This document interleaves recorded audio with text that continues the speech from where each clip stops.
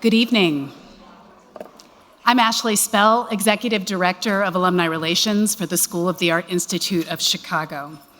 It is my pleasure to welcome you to SAIC's Distinguished Alumni Lecture Series featuring SAIC graduate and 2019 MacArthur Fellow, artist Jeffrey Gibson.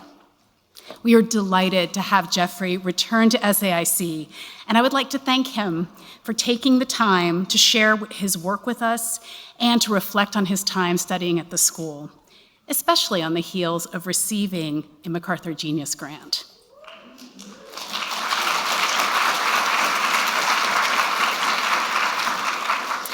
Since 2015, 5 SAIC alums and faculty have received the prestigious MacArthur Fellowship. In addition to Jeffrey Gibson, SAIC alums Walter Hood, Wu Sang, Trevor Paglin, and faculty member LaToya Ruby Frazier have all received the honor. The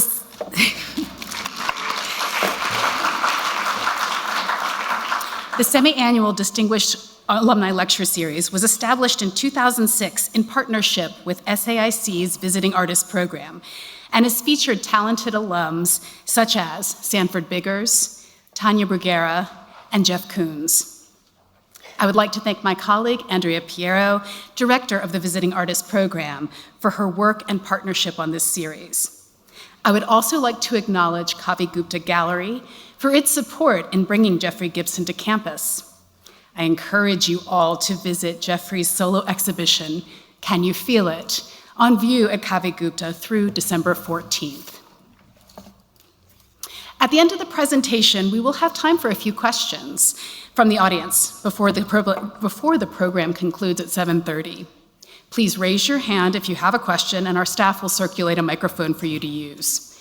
We ask that if you are posing a question, please stand and share your name and keep your questions concise. Thank you for joining us, and now I would like to welcome Dawn Gavin, our Interim Dean of Undergraduate Studies, and the Smith Bonanno Family Director of Contemporary Practices, to introduce our speaker. Thank you, Ashley. Good evening. At SAIC, we recognize and uphold that meaning and making are inseparable, and we enthusiastically declare this as one of our core institutional values. Jeffrey Gibson, who received his BFA from the School of the Art Institute of Chicago in 1995, embodies this maxim: to harness the full potency of interdisciplinarity, to explore, confront, and celebrate Indigenous and queer representation. Gibson went on to receive his Masters of Art from the Royal College of Art in London in 1998. Since then, his work has been exhibited extensively in solo and group exhibitions across the United States and abroad, to include such institutions as the Whitney Museum of American Art in New York, the National Portrait Gallery in Washington, D.C., Oklahoma Contemporary Art Center in Oklahoma City, the Brooklyn Museum, New York, the New Museum, also New York, and the Institute of Contemporary Art in Boston, to name just a few. The artist's mid-career retrospective, Jeffrey Gibson Like a Hammer, was organized by Denver Art Museum. This first major museum exhibition of Gibson's work subsequently traveled to the Mississippi Museum of Art, Seattle Art Museum, and finally concluded at the Madison Museum of Contemporary Art in Wisconsin just last month. As Ashley stated, Gibson's exhibition, Can You Feel It?, is currently on view at Kavi Gupta Gallery in Chicago and will be available until mid-December if you've not already seen it. I strongly encourage you. He has additionally participated in Site Santa Fe and Prospect New Orleans. Gibson is represented in the permanent collections of many notable institutions, including the Smithsonian Institution, Crystal Bridges Museum of Art, the National Gallery of Canada, the Nasher Museum of Art at Duke University, and the Museum of Fine Arts in Boston, again amongst others. Gibson is currently artist in residence in the studio program at Bard College, and as Ashley stated, was recently received the distinction of being named a 2019 Genius Grant MacArthur Foundation Fellow. I can't say that too many times. Gibson, who is a member of the Mississippi Band of Choctaw Indians and of Cherokee descent, skirts a confluence of traditions to make evidence the histories of invisibility and exclusion.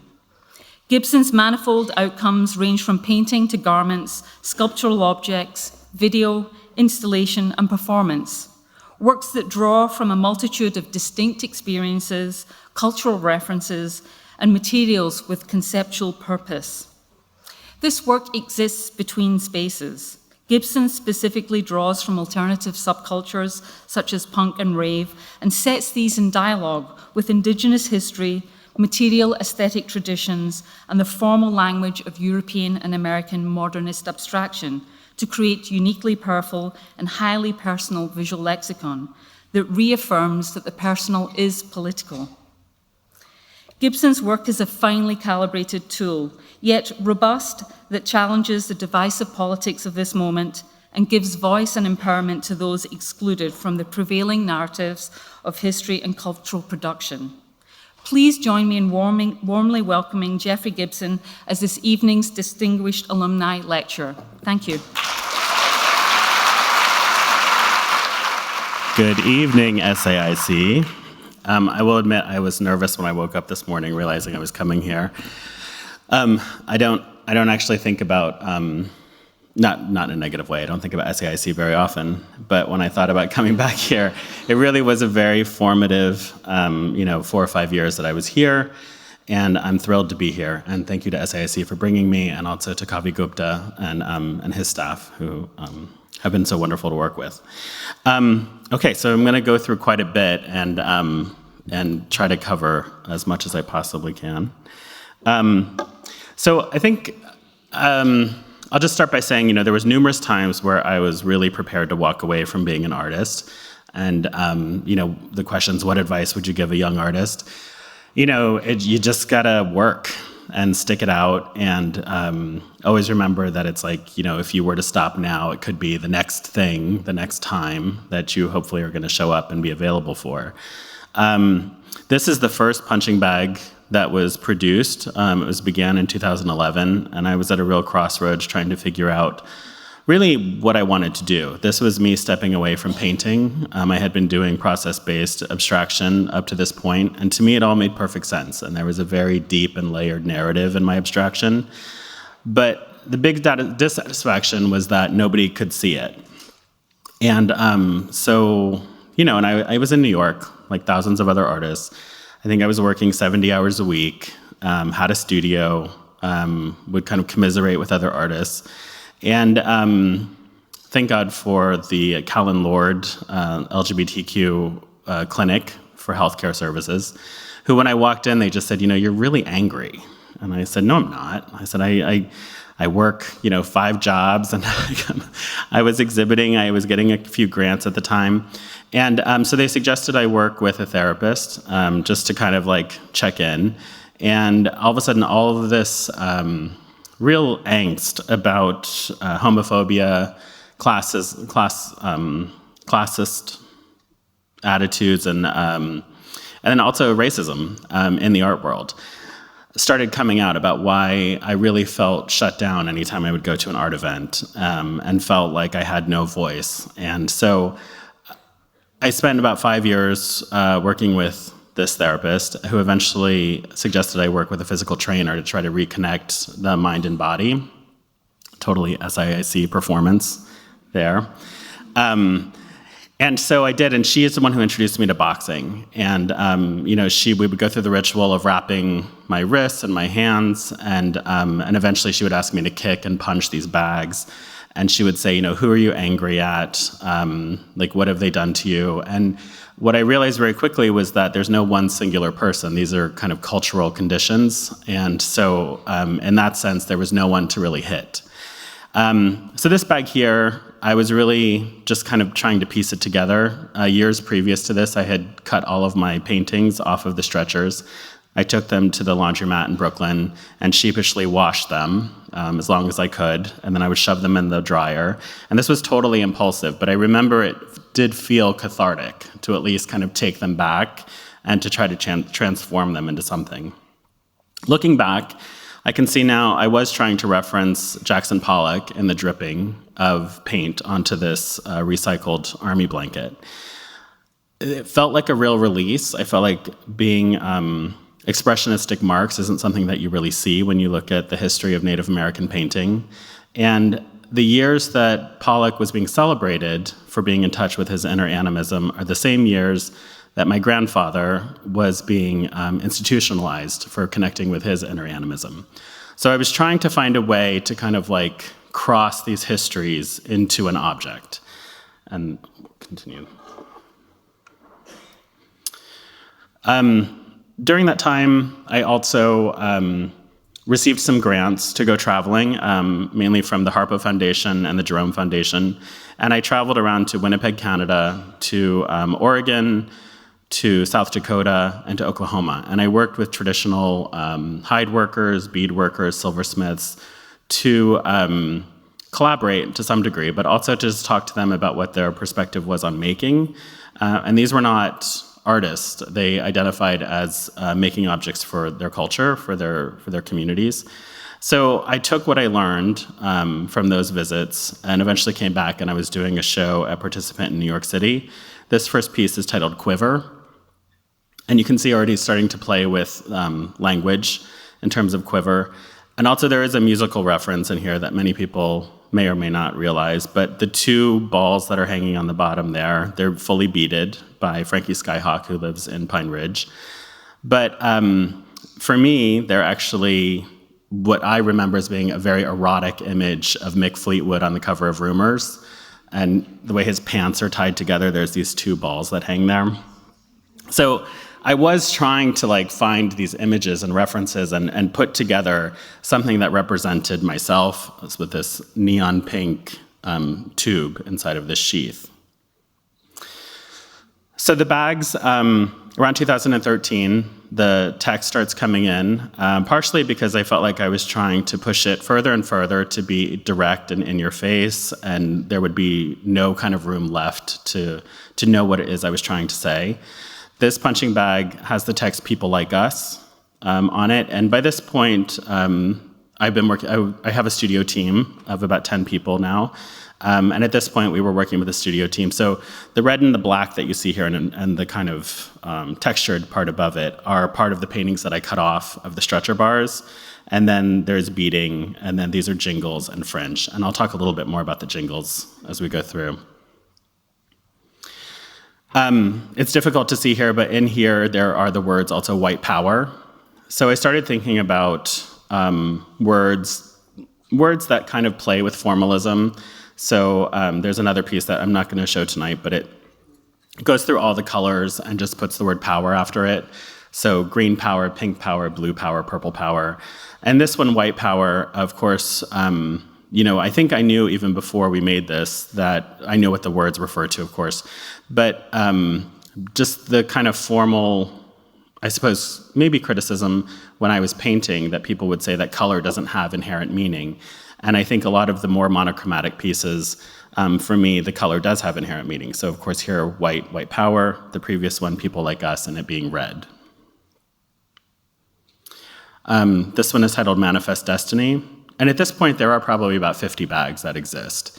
3 of the most recent ones are at Kavi Gupta Gallery, and I think we'll see install shots later. This one is a double punching bag. It's about 10 feet tall, and the text says, "Our freedom is worth more than our pain," and they're the exact same bag, beaded bags, but just with the colors of the text reversed. So while I was doing the traveling, a lot of it was looking at hide painting, going back and looking at different histories of painting within Indigenous cultures. When I was here in Chicago at the same time as studying painting here, I was working at the Field Museum as a research intern for NAGPRA, which is the Native American Graves Repatriation Act. And that was a really influential time, also very much to do with language, because oftentimes the tribal delegations, the elders would come in, some of them would not speak English, did not speak English, so there was translations, and obviously in those translations there is intention lost, misplaced, and also feelings and emotions really hurt. So Coming back and for me to decide to paint on a hide was also something at the time that I was looking for a different support to get away from the kind of stretched canvas and rectangle. And so the hides here allowed me to do that. This is probably about 7 feet tall. And the punching bags eventually, all the materials on there, they come from the powwow circuit and the vendors who supply the dancers to make their own regalia. So most of this is meant to be in movement or sound. For me, well, one of the reasons why I responded so much to the powwow itself was because it is intertribal. And although everything in there originates from a specific context, ultimately it really begins to influence each other, and there's innovation and invention that happens with regularity. And so these, for me, I kind of considered like these proposals of an intertribal aesthetic. In the actual context, these jingles that you see here would be gendered. They would only be worn by a female dancer doing a jingle dress dance. And historically, these would have been the lids of tobacco and snuff containers that were then turned to adorn dresses. And I really loved them because, for a number of reasons. One, that story, but then also the kind of history of markets and also materials being used in support of oneself. So, for instance, turning something like a lid of a tobacco and snuff container into something that eventually becomes a ceremonial dance. These jingles that I buy by the thousands. They're produced in Taiwan. They are patented by a non-Indigenous man who is part of the powwow circuit and sells them to the dancers. So, and I love that there's really no other use for this jingle. There's no other reason to produce it except for this market of the powwow circuit.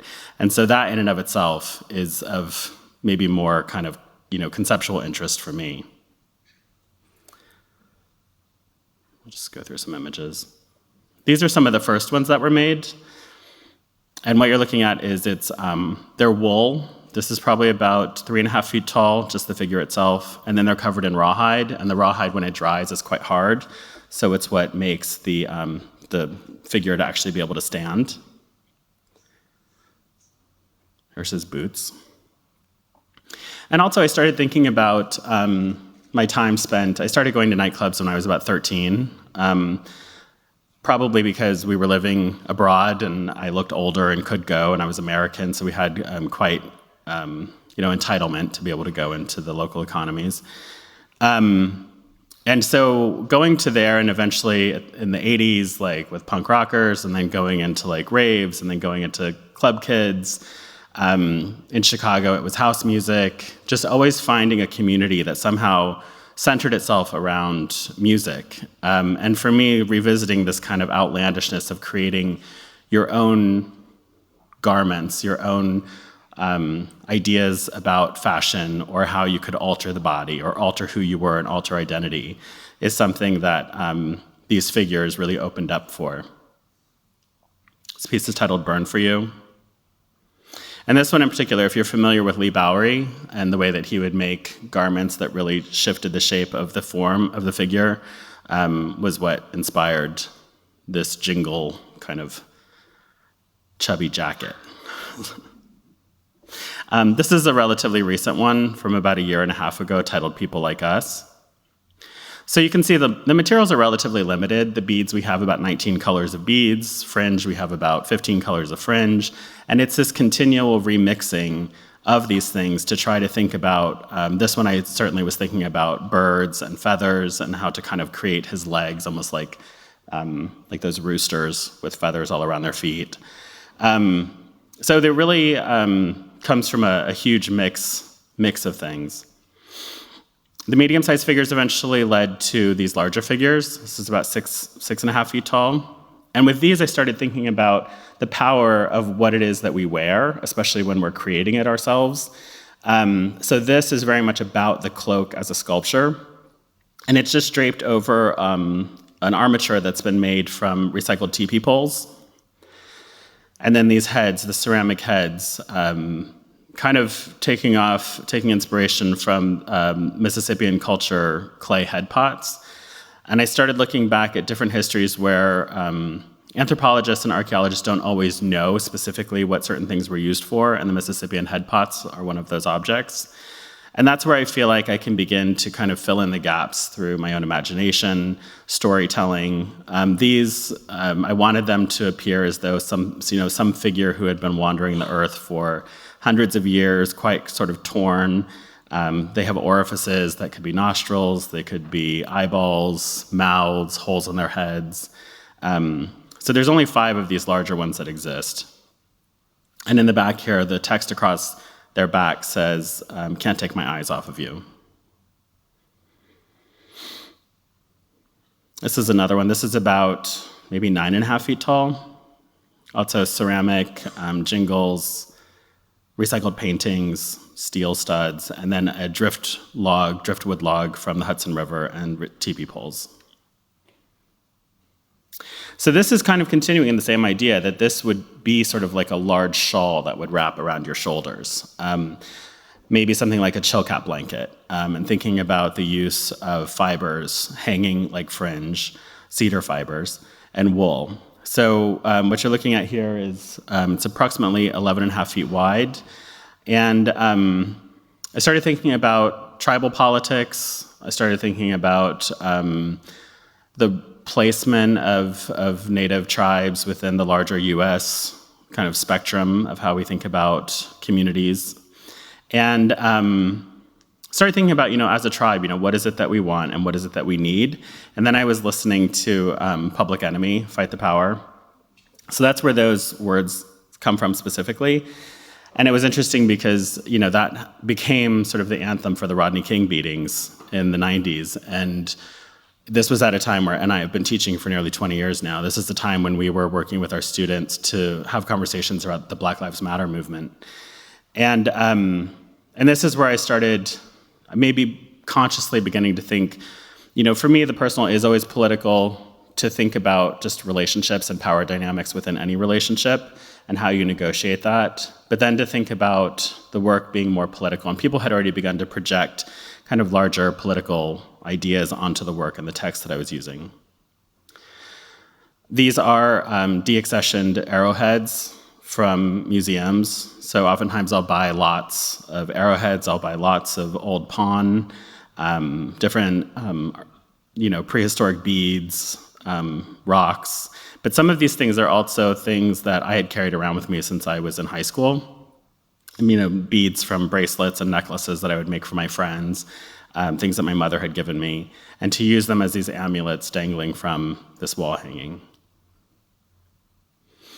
This is another piece also thinking about something that you might put over your shoulders or something that you might wear but functioning as a wall hanging.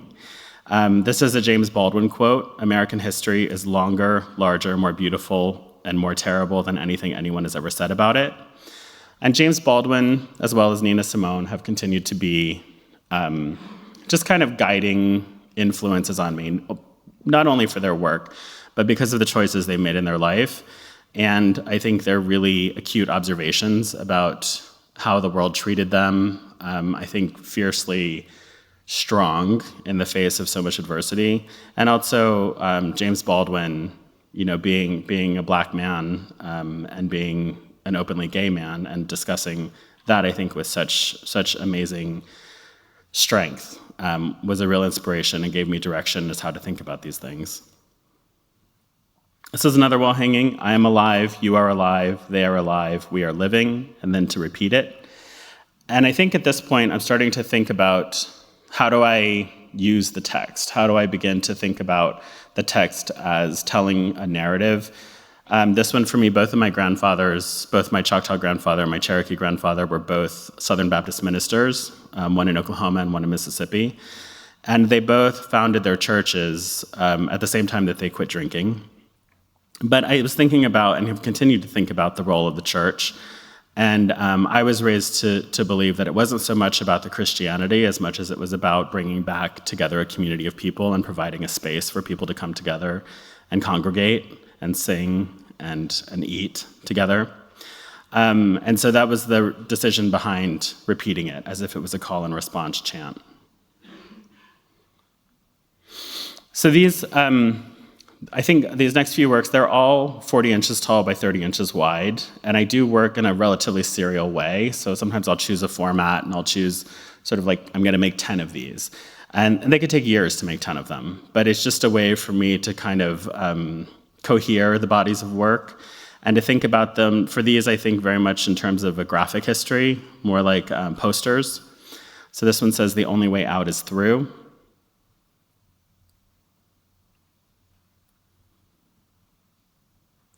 This one, "Never can say goodbye, you make me feel." And this is an homage to both Sylvester and to Jimmy Somerville.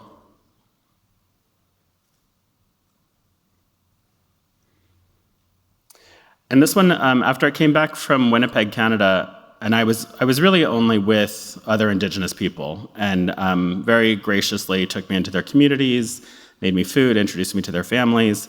But, and this was also during the time when we were having conversations around Black Lives Matter. And I was shocked to find so many people who I met had either lost a female family member, a friend, a spouse, who had gone missing. And so the Missing and Murdered Indigenous Women's movement was something that had been going on there for a very long time, and there was tons of murals on every public space within the Native communities. And I was also warned very directly about not getting into a police car, and language and given numbers as to who to call should something like that happen. So when I came back, I wanted to think about, the beadwork is, it's beautiful, which can be a difficult thing to overcome because you don't want to just make something that's pretty. But I try to use beauty in a way that it kind of lures you in. It gives you something to focus on. This one I wanted to imagine as if this was a protest and we're looking from an aerial view on like a court of people protesting. And the text in here says, "In numbers too big to ignore," which is, of course, Helen Reddy's "I Am Woman, Hear Me Roar." So then there's this thing about painting, where I think, the text gives a lot, the beadwork gives a lot, and I kept wanting to return to painting. And there was something about going back onto canvas that was always really problematic because the abstraction immediately went right back into these histories, these aesthetic histories of modernist geometric abstraction, color, formalism, and that's absolutely where I did not want to go. So the discovery of painting on hide stretched over wood panels was kind of a game changer for me. And it was interesting because the hide really does the work for me in the sense that it repositions the viewer to have to look at this painting through a different lens. And then I can really focus on painting. So for these, they're kind of ongoing. They're quite modestly scaled. This is probably about an 18-inch square. And this one's titled Frequency. This is a diptych, each panel being about the same, 18 inches or 17 by 18, I believe. And this one is titled Thinking of You. And this one is actually about my husband, who is Norwegian. And I remember when I went to Norway to go visit where he's from and sitting on the shore and looking out over the fjords, and there's these crazy colors in the sky, and there's icebergs, and there's baby whales jumping. And I was like, oh, this makes him make a lot of sense. And so this painting is very much about him. And this is a very recent one, which kind of came out of the blue, and this is kind of how things work in the studio now. So I've been working with drums and performance drums, but also painting on drums. And I realized then I was thinking about one of my favorite works by Felix Gonzalez Torres and wanted to try to figure out a way to bring the drums into a conceptual context. And so what's great about hide is, each drum represents its own animal, and their flesh is different. And so there are, there's, you'll see hair follicles, you'll see scratches in the hide, and there's no way that they can ever be the same. There's bruises. And so painting them exactly the same and setting them into one frame that makes them into one thing was the basic premise for this. And I have to say, they took probably 1.5 years to finish this piece, but I was really thrilled with the results, and it's continued into its own series. This is a full painted elk hide, just working with one tone of glaze. I do a lot of glazing a lot of single color buildup of color. And this one was just thinking about how to fill this incredibly organic shape with this abstraction over a very long period of time. There's areas in here where there's probably about 35 layers of glaze. And all of the paint is acrylic, by the way. I shifted from acrylic, my gosh, it must have been in 2005 or something. No, 2010, sorry. This is also another full painted hide. The lyrics are from, my gosh, I just totally spaced out. Come on, help me. Woman's Work, Kate Bush. Oh, sorry. Yeah, you're correct. Sorry, Kate Bush is where I've listened to this song since I was in school, since I was in college. But this one, I know you have a lot of strength left, and then to be able to pull out this kind of second phrase, I have strength left.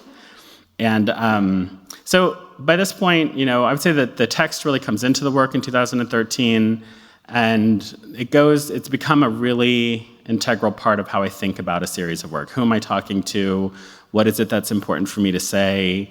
And I'm really interested in it being heard. I'm really interested in making something that you want to look at and something that hopefully pulls you in enough that you actually want to think about it in relationship to yourself and your own experience. And that's kind of the mark of how I think I like the work to go out into the world, or maybe it's not ready. So the performance aspect of what I do came about really because, like I said, these fringes are meant to move. The jingles are meant to make sound. The garments, they're engineered to really be extensions of the body's movement. And a lot of that was not coming through in the other work. And so I realized at some point they needed to move. And initially I thought I would be the best person to do that. This garment was made for me. It was for an endurance performance that was shown in SAIC Santa Fe in 2016. It weighs about 125 to 30 pounds, and the performance lasts about an hour and a half. And I'm banging on this drum, and I'm moving according to these different animals. So a rabbit, a fox, a butterfly, a horse, a dog, porcupine. And those were animals, the Choctaw tribe has a lot of social dances where we do use different kind of animal movements as a way to talk about how to learn from animals, but also to teach children. And so that's really, I guess it sounds weird for me to say it's that simple, but that's kind of how it came to me to think about how to cohere movement for myself. And so it exists as an installation. A lot of the garments exist as installations with a video component to show the documentation. This is a recent bag from 2017 titled Love is the Drug. So you can see the great thing about, the initial bag has an urgency to it that I think the more recent bags become very much about articulation, materials, kind of how to create layers. And I feel like, they're a lot of fun to make. They're laborious, but they're a lot of fun to make. This piece, also from 2017, which incorporates a trading post textile, mid-century trading post textile. And the text says, "'Tis grace that has brought me thus far, and grace will lead me home," from the hymn Amazing Grace. And then from soul to soul, back to life, back to reality.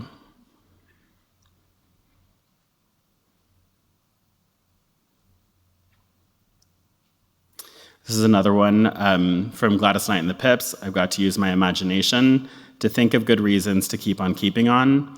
And then if you only read the turquoise and the red, it says, "To my nation, think of reasons to keep on keeping on."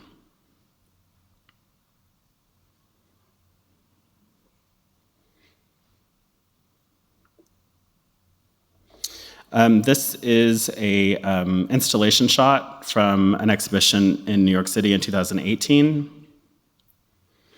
The piece on the right is titled "Nothing is Eternal," and the piece on the right is "My Eyes Have Seen You." Also with a textile underneath. This is one piece on the left-hand side. This is actually, so I've returned to canvas. And really, my return to canvas had to do with scale. I have not been successful in creating large rawhide works. The hide has its own kind of mind, and it can break boards. It like pops off and tears. But at an intimate scale, it's manageable. So these are actually on canvas. The piece is titled "I Am a Rainbow Too," and the punching bag on the right is titled "Last Night a DJ Saved My Life." And this is the 7-panel piece. And so this was when the text, I wanted to start kind of embedding into the abstraction. So I created a series of letter forms that represent the 26 letters of the alphabet. So that's sometimes difficult to read, sometimes more than others. This painting here is probably about 81 tall by 72 wide. And this is using the letter form. So there are times when I feel you smile upon me. It's Janet Jackson, by the way. I started going through all of the music, that I had listened to both as a teenager, going to gay clubs at the end of the 80s and the early 90s, listening to house music, listening to specifically Chicago house music. And I started thinking about those spaces as like the few spaces where I felt completely free and comfortable and actually normal. And I started thinking about why. What was it about these lyrics that spoke to me? What is it about these lyrics that kind of cohered us? Generally, I was always in environments of people of color when I would go to these clubs, which is probably different from my day-to-day life, so but I had never consciously thought about it. So as an adult, going back and kind of processing through all of that. I do not want what I haven't got, or as I like to call it, I want what I have. And the frames on these are beaded frames. So it's a painting on canvas, acrylic painting on canvas, and then the beaded frame is about 4.5 inches all the way around. And it's a frame that has a channel that we inset the beadwork into. This is canvas, acrylic on canvas on top, and then on the lower half, the lower bottom part there, it says "Trouble Don't Last Always," and that is done in beadwork.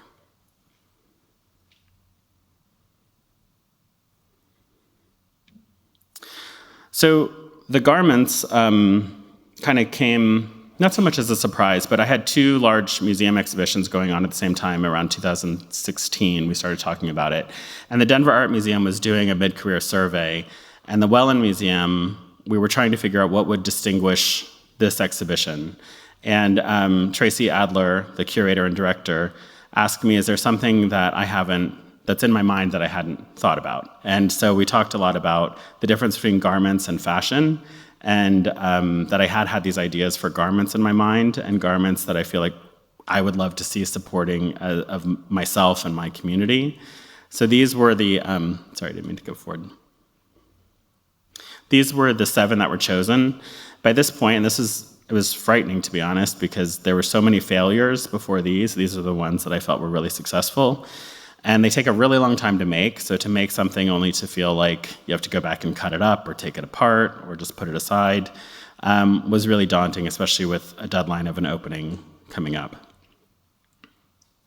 In addition to the garments, I wanted to make helmets that went with the garments, but ultimately decided they were works of art on their own. So there's 5 helmets. This is an installation view of This Is the Day at the Welland Museum. The first one is the peace helmet, the death helmet, the love helmet, Oceana, and the clown. So for the catalog, we talked about people wearing the garments, wearing the helmets, and we worked with a fashion editorial photographer. And you'll see the difference. These were taken by Caitlin Mitchell. I think they're beautiful photographs. These are people who live in Hudson, where my studio is. This is Shanika. She works at the library, runs the teen program. And we adore her. People doing, stuff within their community and using their talents to really enrich the local community. And I also knew I was looking specifically for people who identify as queer, Indigenous people, people of color. And This is actually someone who works in the studio, Henry Williams, wearing the clown helmet.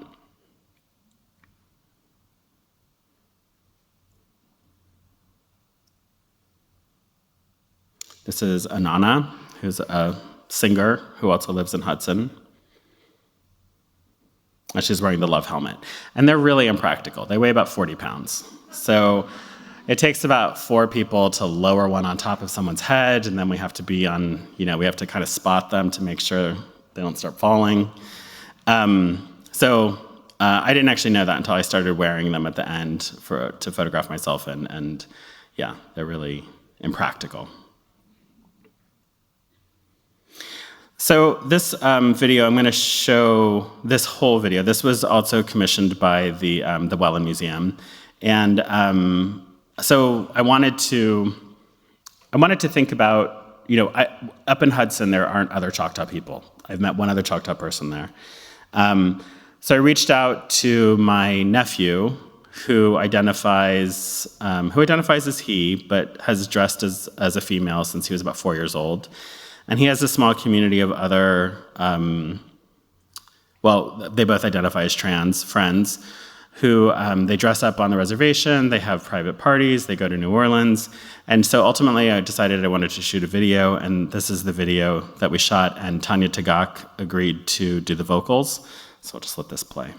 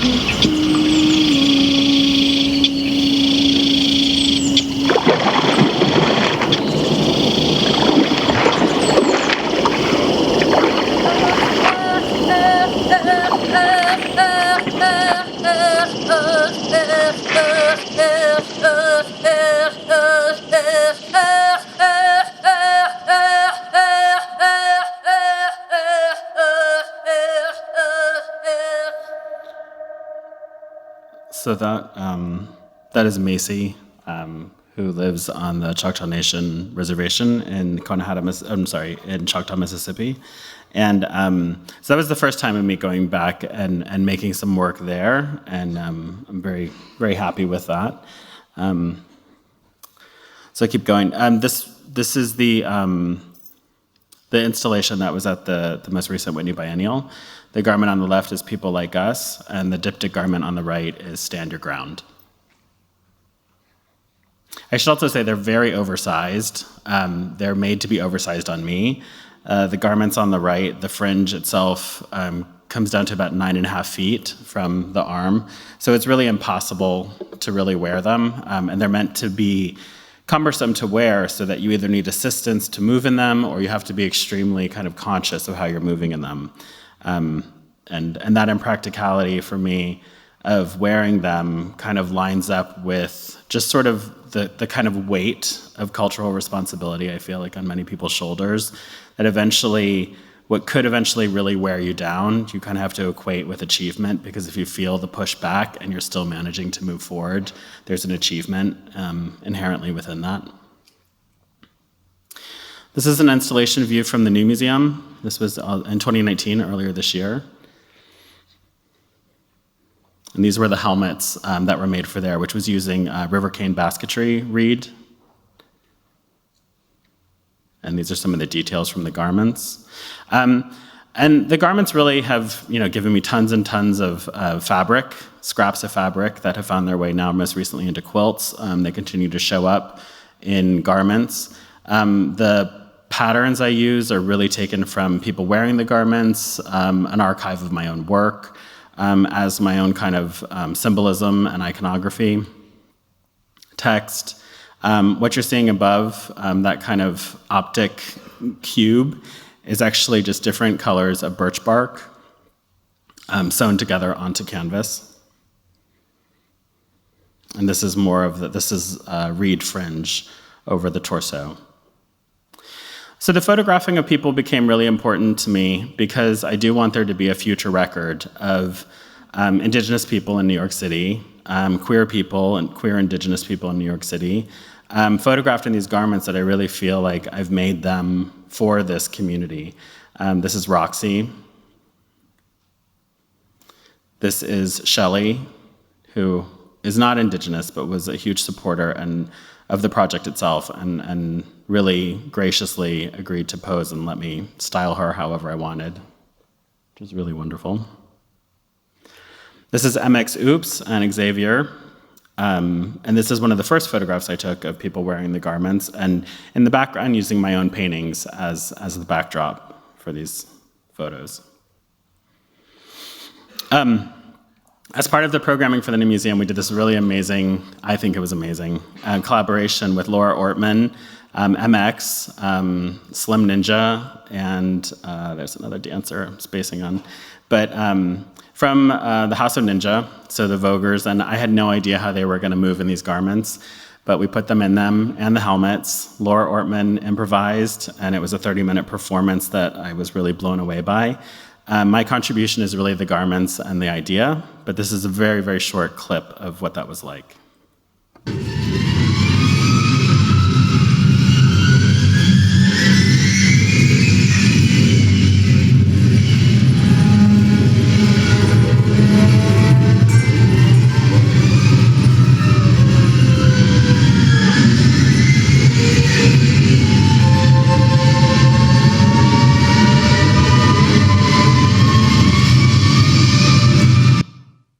Very short. But it was really amazing, and I think collaboration, as compared to some of the first pieces at Participant in 2012, I think I've really been trying to spend time figuring out what collaboration means in my work.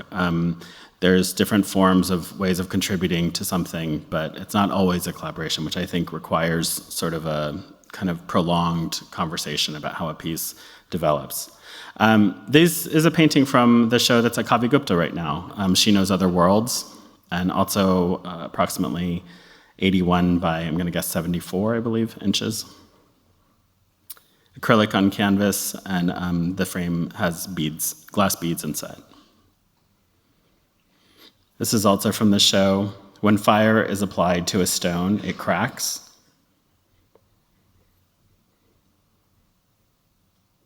Oh, they're huge. A change is going to come.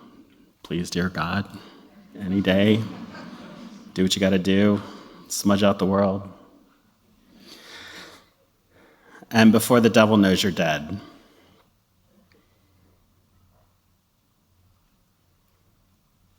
Here's a little bit of a detail of what the frame looks like.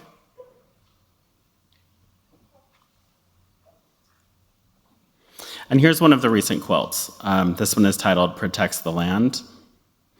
And there's a combination. I'll use scraps from garments. Sometimes I'm just sending off and having things printed. They're all digitally printed cotton and linen. And we will piece together the tops, the quilt tops in the studio, and I've begun collaborating with a really fantastic quilter in Troy, New York, named Robert Bemis, and he totally free forms. Here's a detail of Protects the Land. And so you can see the images of MX, Xavier, the Stand Your Ground. There's my daughter's drawing. There's a little bit louder now, one of the first figures.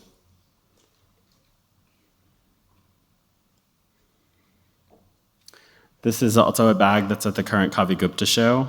The text says, if you're trapped in the dream of the other, you're fucked, which is a quote by Gilles Deleuze. This is an installation view.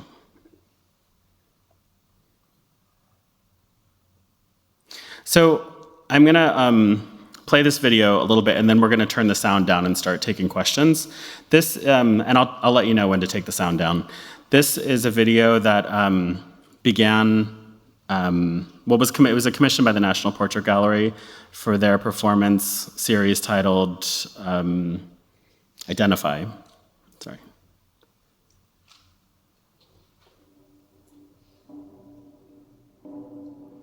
Just gonna.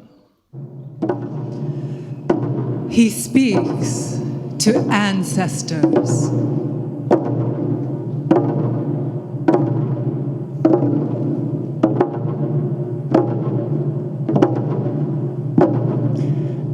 They play endlessly.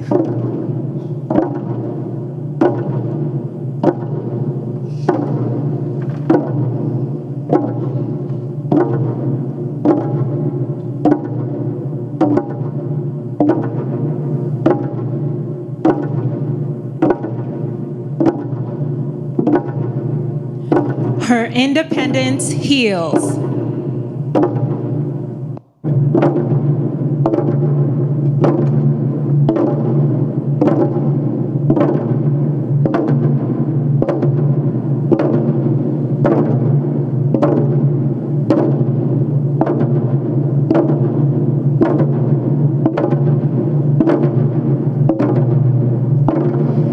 They define their own body.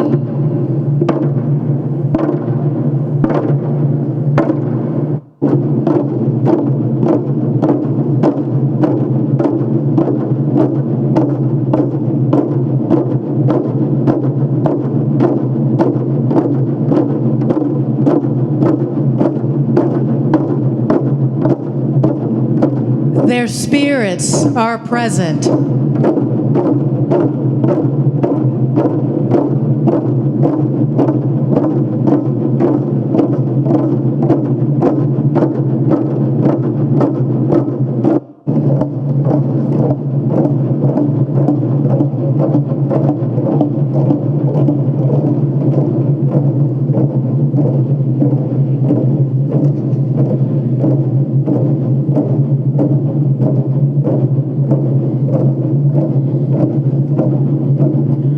They want to be free.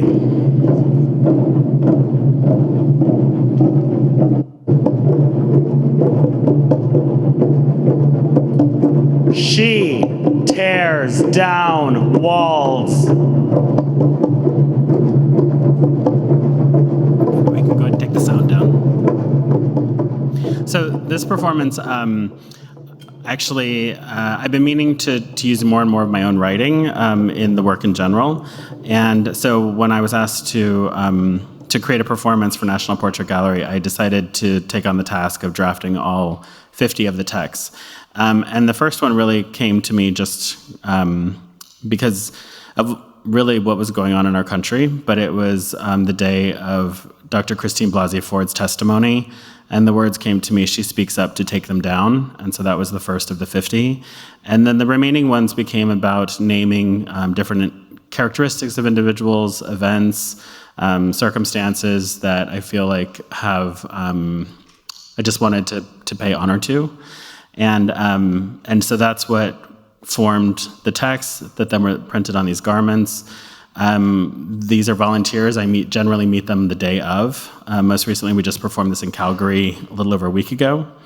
And now the drums are also screen printed with the texts. And we performed at the New Museum, National Portrait Gallery, and then at the Esker Foundation in Calgary.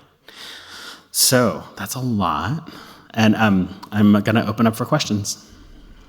Thank you.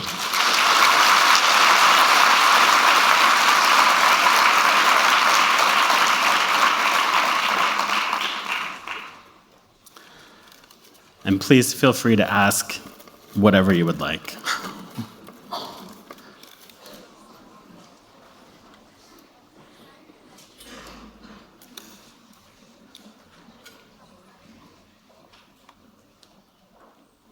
I think there's a, yes. Oh, there's a mic coming up. Wow, that was so good. Thank you. Thank you. It was wonderful. I feel optimistic about the art world right now after your lecture and after seeing your work at the New Museum and somewhere else I've seen it. So you clearly have gotten the anger out. Congratulations. Yes, thank you. Are you optimistic? Is this returning us to art as magic? Is this about, maybe we don't want to talk about the utopic modernists, but there is something cross-universal, do I dare use that word? Yeah. About your work, and it does make me think about the possibility of returning the role of the artist and art to the community. And could you talk about magic? About magic, sure. Yeah, I mean, I think I am probably optimistic, and like anyone else, get kind of bashed over the head with like all the dark stuff going on in the world. And I think many artists who I know, we had conversations about sort of what do we do? How do we get out of this kind of thinking bubble? How do we get out of this kind of neoliberal, like we know what's right and wrong? We wanted to feel some sort of action inside of our body and connected. And I feel I am not an activist. I think activism is much more frontline, it's much more immediate. And so I really look at my artwork, after paying attention to, let's say, art history for a very long time, as a long-term project to speak to people who might not otherwise feel spoken to, in hopes that they will see ways for themselves to join a part of a change. So optimism, yes, on a personal level, but I think it's not at the disregard of really acknowledging how messed up things can be and have been historically. But the amount of energy it takes to be pissed off and to be stunted by anger, it's the next step for me has always been to try to channel that energy elsewhere into production, into something that can be shared, something that can be contributed to.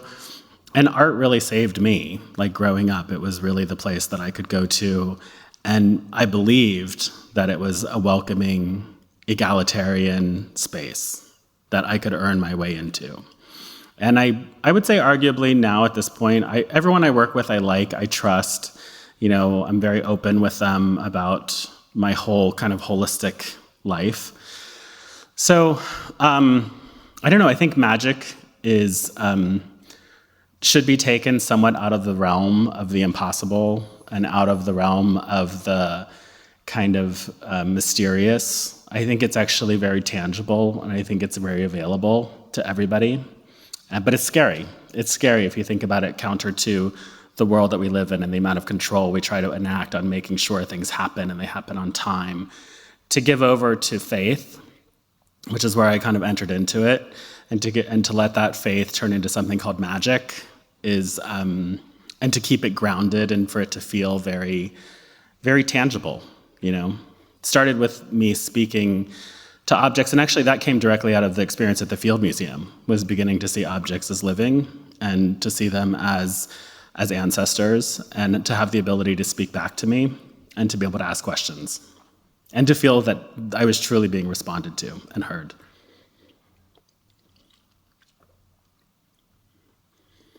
Any other questions? Yes.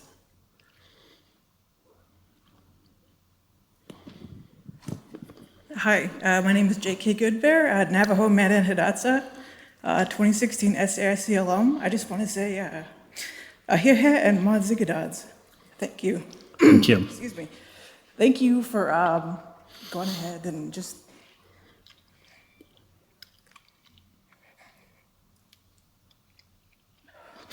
excuse me. This is magic. This is what it is. I'm sorry. Thank you for going ahead and blazing trails for the rest of us. It was difficult, those first few years here at the school. So difficult that we had to form a group. We had to find each other and form a group to get through. Sorry, I'm trying to clear my throat here. Please, it's fine. I just want to say thank you.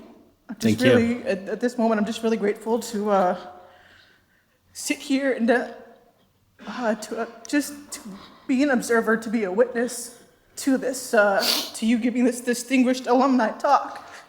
I'm also at the moment actually working at the Field Museum, so it's just kind of interesting how we, just how things intersect.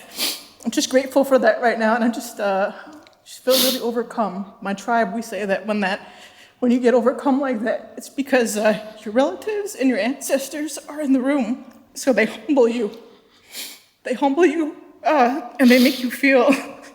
They do things that embarrass you. You know, it's embarrassing and it's humbling to get up and to speak like this in front of so many people. I promise you, I'm a lot more articulate than You're very on any articulate. given day. You're very But articulate. I just want to say thank you. Absolutely. And I want to know more about your experience here at SAIC, and especially being an artist. I feel like sometimes you get pigeonholed, oftentimes you get pigeonholed into being a Native American artist, and not just artist. And every time I see your name, it says Jeffrey Gibson, artist, and every time I see that, it just makes me so happy. I just want to say thank you. Thank you. That's amazing. Thank you so much. Thank you.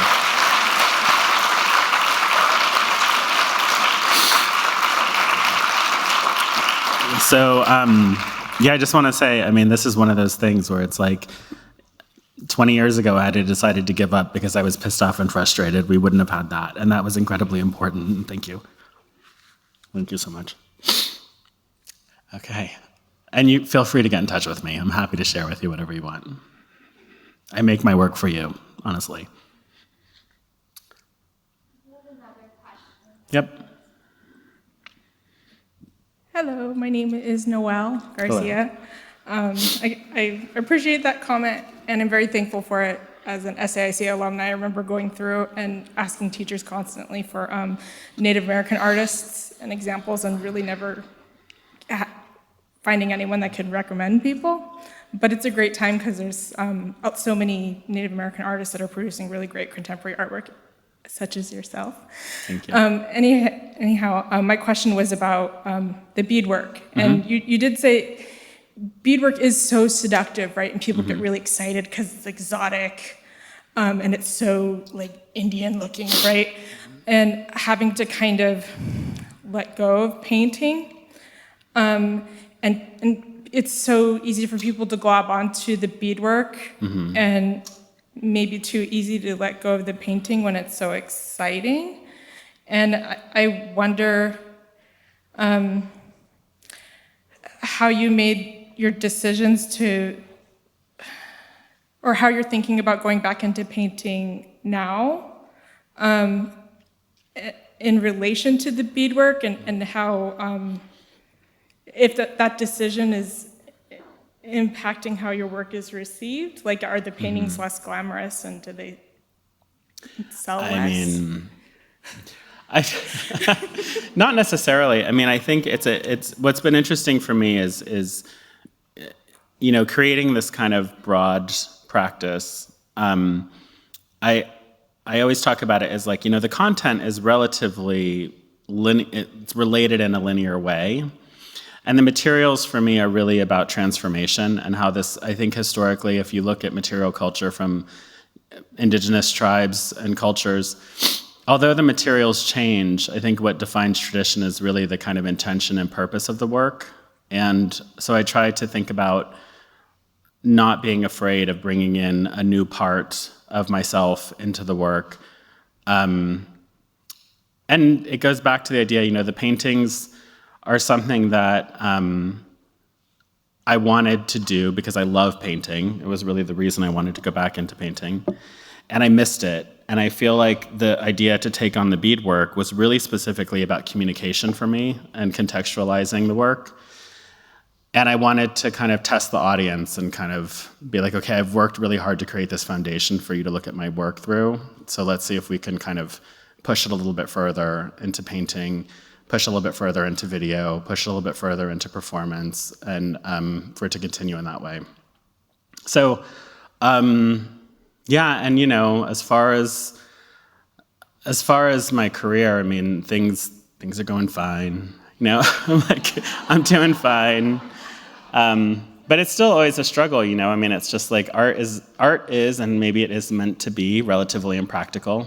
I mean, quite honestly, it's impractical to own, it's impractical to show, it's impractical to make, and maybe in its best situation, it's impractical.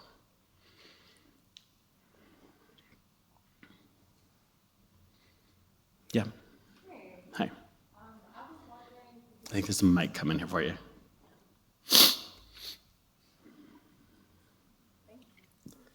Hey. Hi. I was wondering if you could speak to, you said you had conversations around the difference between garments and fashion. Mm-hmm. So I was wondering if you could talk about that a little bit, please. Yeah, I think garments are really just anything that you put on your body, and fashion tends to be led by a kind of mass, kind of collective opinion about what goes on your body, and of course that's all on a spectrum. So I think even when you're in a part of a community where you agree to visually kind of appear connected, there's still, it hasn't quite gone into kind of the commerce. I suppose maybe that has a lot to do with it, is like the invention of commerce around style and fashion and selling.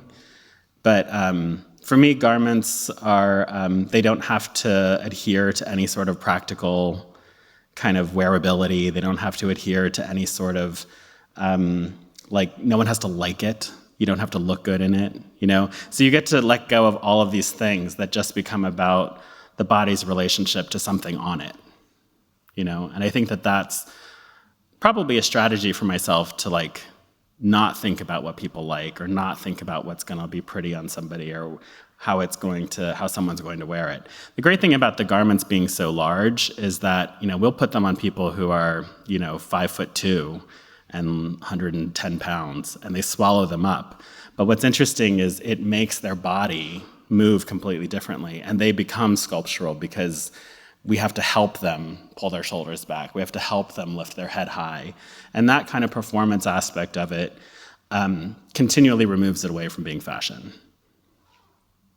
I have a question over here as well. Mm-hmm. Hello, thank you so much for being here. Absolutely.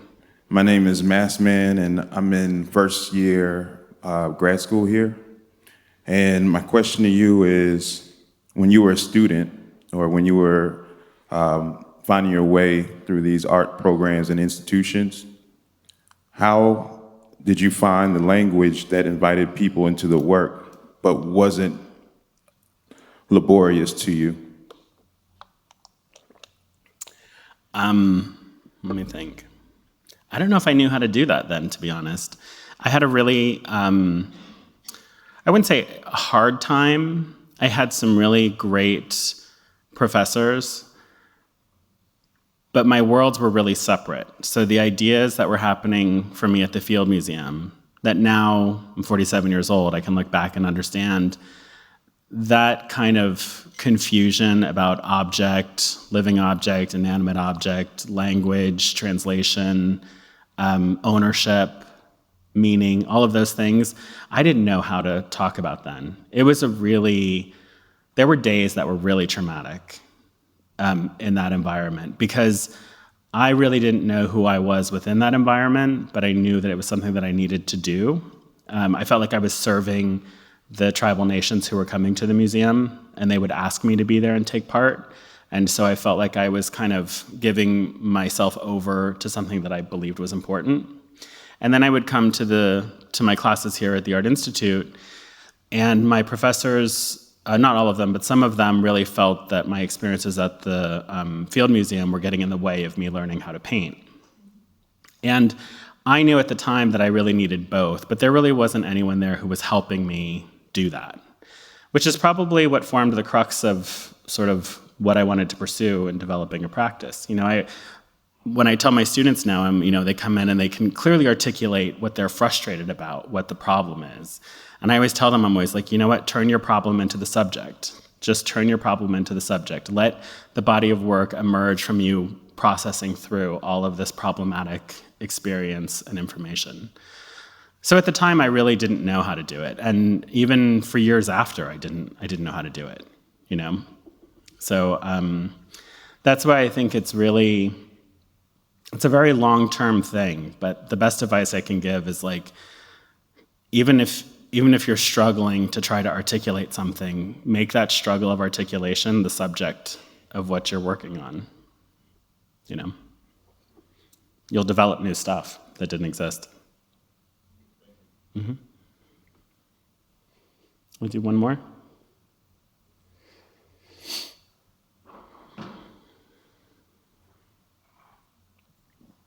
My question's written down, sorry. It's okay. Speaking of problematics, Mm-hmm. how do you feel about the Roger Brown collection holding a lot of Native artifacts on display? I don't know if I know about the Roger Brown collection. It's the schools. It's the schools. Can you tell me a little bit more about it? Or just what you know about it is fine. It's Roger Brown's house. Uh-huh. Yeah. Yeah. It's Roger Brown, the painter's house. It's like up north a little Oh, bit. yes, okay. And it Yeah. has a bunch of Native artifacts Yeah. on display. And Yeah.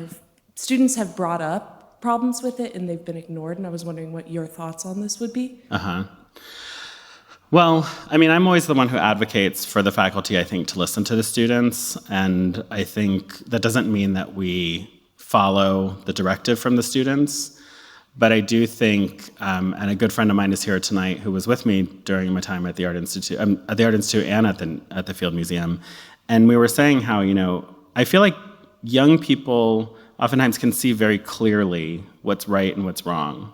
And as an adult, as you get older, you kind of get entrenched, whether it's in the institution or your responsibilities.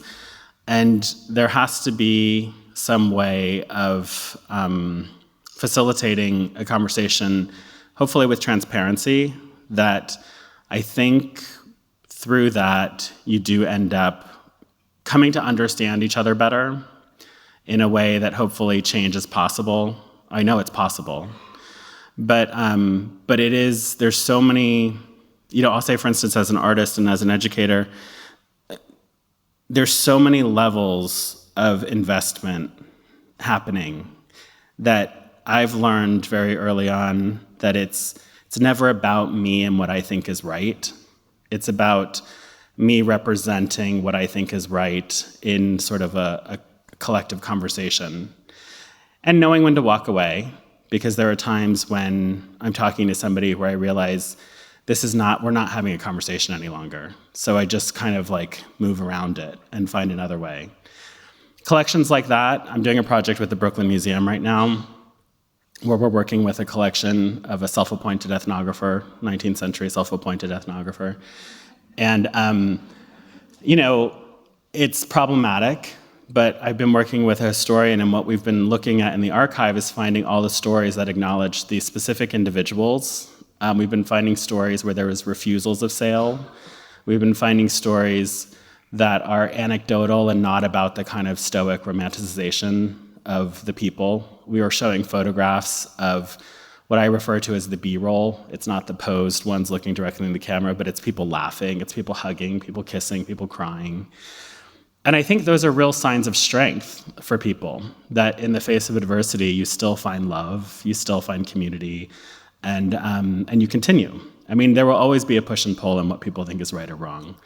But at some point, I do think, I know at the Field Museum, I remember the idea to believe that these objects were living and could have their own integrity and could make their own decisions. I began to wonder, why hadn't they been responsible for their own release?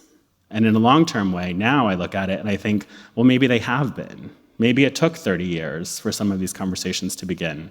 It took 30 years for repatriation, some things to be repatriated. So I know it's not specific to what you're talking about, but that's generally been my approach to how to talk about these things. Yep. Okay, I think I'm going to end it there. All right, thank you all so much. I appreciate it.